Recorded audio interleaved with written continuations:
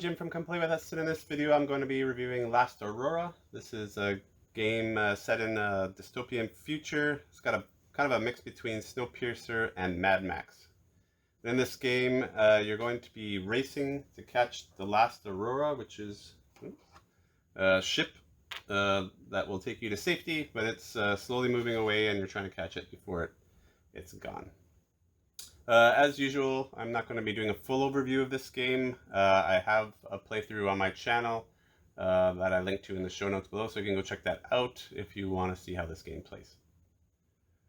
Okay, so let's start with talking about the components. I'm going to say the components for this one are all right, especially for the price point. I mean, this isn't a hugely expensive game, so we just have like tokens or a little wooden meeple here for the Aurora, and kind of a token for your piece that's racing along the road here. They're okay, they're functional, they work. It would have been nicer maybe to have a mini or something for the Aurora and a little car or something, or a truck or something for this. I can see why they went with this, because you're kind of building your convoy in this game, so maybe they didn't didn't want to do a truck, because then then you're kind of wrestling with, oh, do you have to add pieces? You can go a little too far with that. But this just seemed kind of bland and abstract, this round token. It could have been a little bit better on those, but I mean, otherwise the artwork I find is fine. Everything's functional.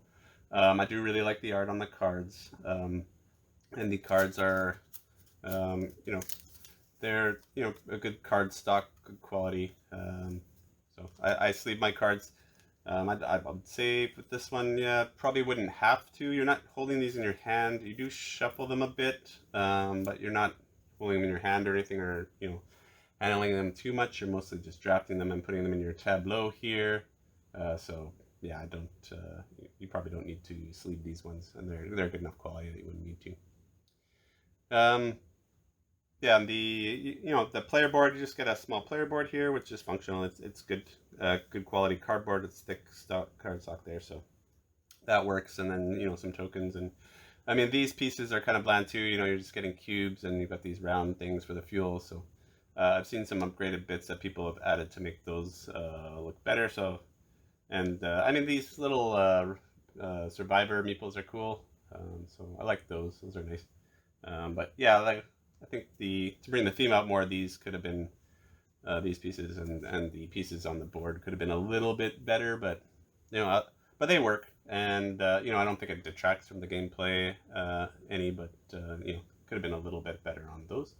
But again, the price point for this one is quite very reasonable price, so I kind of appreciate them trying to keep the price low on a game like this. So that's good. The other thing is the board is two-sided, so there's an easy side and a more complicated side. So that's cool that they made use of that to give you kind of more options for replayability. So that's good that you get that.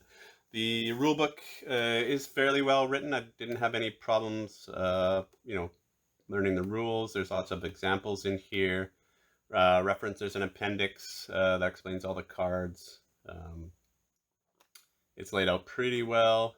There is no index, which I'm usually pretty picky on, but there's not a ton of rules in this game, so I mean, I'd like there to be an index in here, but it's not the end of the world for this one. They do have an appendix on the back to explain all the symbols and stuff. So I think the rulebook, for the most part, is pretty good, well written.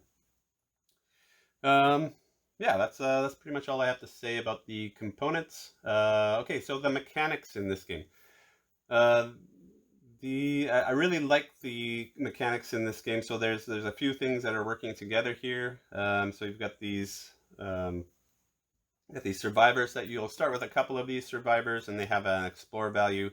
That will dictate how far up the draft track here. So you're drafting these cards based, and it goes from small, 1 to 3, and depending on which survivors you send, you can send more than one in one action to kind of draft the cards that you want in those spots. And then you also get these bonus actions at the top when you go visit the spaces. So I really like that. It's a combination kind of like almost like a worker placement with a card drafting element, and then the cards you go into your kind of a tableau. So you're building a convoy or a truck. So you've got these trailers that you add on, and then you can upgrade your trailers by adding, these pieces on top.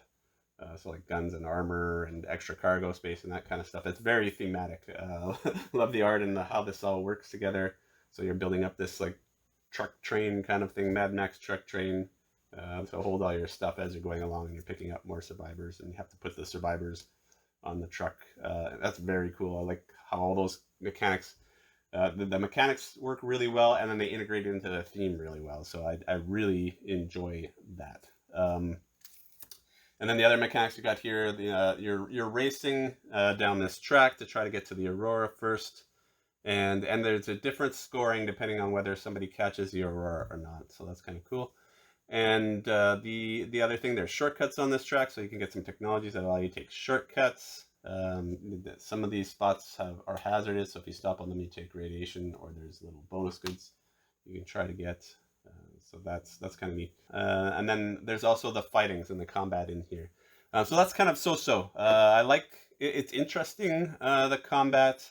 I think what can happen if you watch my playthrough is if the person in the lead is the one that gets to attack first, and sometimes they can. So getting the lead in this game can be important if you're doing a strategy to take out the bad guys basically and get points off of those, because they'll also give you not only you'll get points for defeating them, but you get little loot. So sometimes you'll get more survivors. You'll get better equipment and stuff like that. So that's pretty cool. But then you gotta kind of be in the lead to take on those things and have enough ammunition. So those kind of, or you're gonna get attacked. So I think the fighting works okay in this game, and I like it. It makes it goes well with the theme. But it's not it's not dice driven, so you're drawing these cards, and it'll kind of basically determine if you hit or miss and that kind of thing. Your gun can jam, things like that. So there's a little bit of luck there. Sometimes you draw bad and your gun will jam, whereas the other person might be drawing 4 hits or something like that. So it can be a little swingy that way. But overall, I like it, how it integrates into the theme, and it brings out the theme a bit more. So yeah, those are all and the other thing is you can get these. Those are your time. Sorry, you can get these upgrade cards. So these are kind of one-time use cards that you can get and collect. They're worth points at the end of the game if you don't use them, but they give you little bonuses and stuff like that. So it allows you to kind of tech up a little bit. And there's a good deck of cards of these. Okay, so things that I don't like about this game. I think there could have been more, these loot cards. So I find that there's really only this set here of 6. You're basically using the same loot cards every game. So they'll come out in different order, so you don't know which bad guy they'll be attached to if it comes out. But yeah, so I mean the loot is really cool. There's some cool things in here, but I would have liked to seen a bit more variety, because after a couple games you'll know.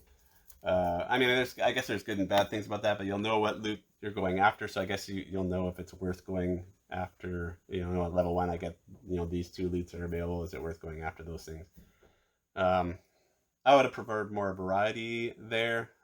So I think that, there is an expansion, but I haven't played the expansion yet. So I think it does address that a little bit by swapping out a different set. But I just like a bigger set, it'd be nice to have a big stack of these, and then randomly pull out certain ones so you don't quite know what you're getting every game. So that I don't like, and I like the combat in this. I think it's neat, but I can see some people, if you're more of a Euro bent, because of most of the other elements in this game are pretty Euro focused, having that random fighting element might turn some people off of this game. So if you don't like randomness, so that doesn't appeal to you, yeah, you might not like the combat in this game. But it's not it can swing the game a little bit. I would say it's not hugely swingy, but it depends on your taste. What else not to like? I think that's pretty much gonna be the one contention in this game. I can't see any other things in this game that really would be that people would dislike. Oh, what do I like about this game? So this is I love the theme. The theme integration here is really great. I mean, this is pretty much at the heart. It's mostly a Euro with a little bit of kind of Ameritrash thrown in with that fighting. But there's no dice rolling, so I guess the randomness is in this deck. But yeah, I think it all works really well together. I really like building the convoy. So putting your truck together, you can upgrade your truck. You can carry more. If you get the better upgraded trucks, you can carry more containers. So you can make a longer truck, or you can upgrade it to have like stuff on top. There's trucks that will allow you to take the shortcuts on the board to go faster. Trucks that will carry more people, trucks that will have more guns, trucks that are faster. So you got all these little decisions to make when you're building your combo and when drafting these cards. I like how you use your survivors to go do the drafting. So that's very thematic because you're going out to get those things. So you got to trade off. If I can use them by themselves and get more actions and get more cards, or I can pair them together to get better, to jump ahead and get the better cards before anybody else gets them. So there's good decisions there about how you use these, and also the survivors each have a special ability, so you're kind of like also drafting those abilities to see how they combo together to do stuff. Really cool. Lots of good decisions there. Lots of ways to build your tableau of cards. There's the other mechanic with these is when you use them. Normally they go into your exhausted zone, and then when you rest at the end of the round, they go into the rest zone. They don't automatically come back. So you're also working with that, and you can spend food to kind of speed that process up. So there's things like managing a little bit of resource management there to say, do I collect food to kind of get my survivors out faster, or do I just collect lots of survivors? But you have to be able to put them in your convoy. So you're managing all these different things. Really excellent. I really like that, how that works. And then again at the end of it, it's really at the heart of it, it's a race game on top of that, right? So you're trying to see how far you can get, to the end. But just getting to the end or finishing first does not guarantee that you will win, because you'll get more points because kind of how the scoring works is, if you make it to the last Aurora, then you get a point for every space between you and the next person. So pretty good overall. I like how everything works that way. And then variety, there's a lot of replayability here. Now, like I said, the one detraction is the card set is, you're going to be playing with the same cards all the time, so you'll know what's coming up. So there's a lot of neat things in the deck, but after a couple of plays that might get stale.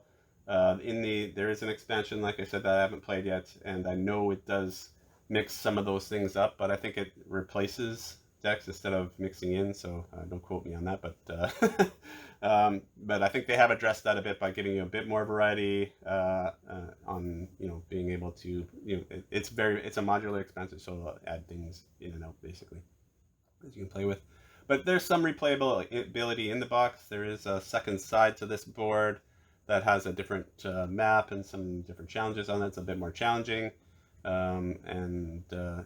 you don't quite know when the enemies are going to come out every game. They're kind of mixed in there, so they'll kind of come out at random times. So there's a bit of variety in there, and I think there's enough replayability there to keep you interested. And then there's also a full box expansion that adds that I think it's a full standalone that you can play that changes the game up quite a bit. So that's also available. The other thing is the player count. I think this scales really well, plays well. I like the solo mode in this. I played the solo mode in my playthrough. In the solo mode, you've got this Toma here, and I really like how this works because this isn't just this doesn't just simulate taking spaces or blocking or taking cards or stuff like that. This is an Atoma you can actually play against. It's going to be gathering resources. It's going to be gathering survivors. So and then, you know, the amount of actions it gets determined, gets each turn is determined by the survivors it has. So you can try to hate draft to will affect how the Automa plays. So I like Automas that you can kind of game, that it's not just kind of getting in your way and getting a score. You can actually interfere with how it's playing and kind of play against it, and you can in this game. So I really like how they implemented this. I feel like you're playing against the Automa, it's not just there to kind of fill in for another player. So that's really cool. Works really well. It beat me pretty badly. Spoiler alert. So yeah, I think that solo, it plays very well solo. I would definitely, I could recommend this to play solo. Although I've only played a couple times solo, so I don't know over time how challenging it is, because I don't think you can increase the difficulty of the solo Automa, but maybe by playing, I know the other side of the board is supposed to be more difficult, so you can up the difficulty by flipping the board and playing on the other side. Yeah, and I've played this at solo 2 and 3 players. It works well at all those player counts. You know, no difference really between the solo game and the 3-player game. Still really fun. So it plays good at all player counts. But funny enough, I haven't played it at the full 4-player count yet. That's about the only count I haven't played it at. Okay, so what's my final score for this one? You know, I think this is a really solid game. One I will continue to play. It'll stay in my collection for sure. But I think it's falling just a bit short of kind of like favorites. So I'm giving this one a 7.5. I do have, like I said, I have the expansion. I haven't played it yet, so I might throw that in soon and try out some of those, and maybe that will raise the score a bit. And there is the other expansion that I don't have, the full box one, that looks kind of interesting. I'm kind of interested to try that one out as well. But overall, I think this is a really solid game. I think this is an under kind of a lost. I think this game kind of got lost in the shuffle. I don't think this game gets talked about enough. You know, for the type of, you know, for the theme and you know, how good a game this is. I think this one's kind of fallen under the radar. So yeah, check this out if you get a chance. Lost Aurora. As usual, thanks for watching, and I'll catch you next time.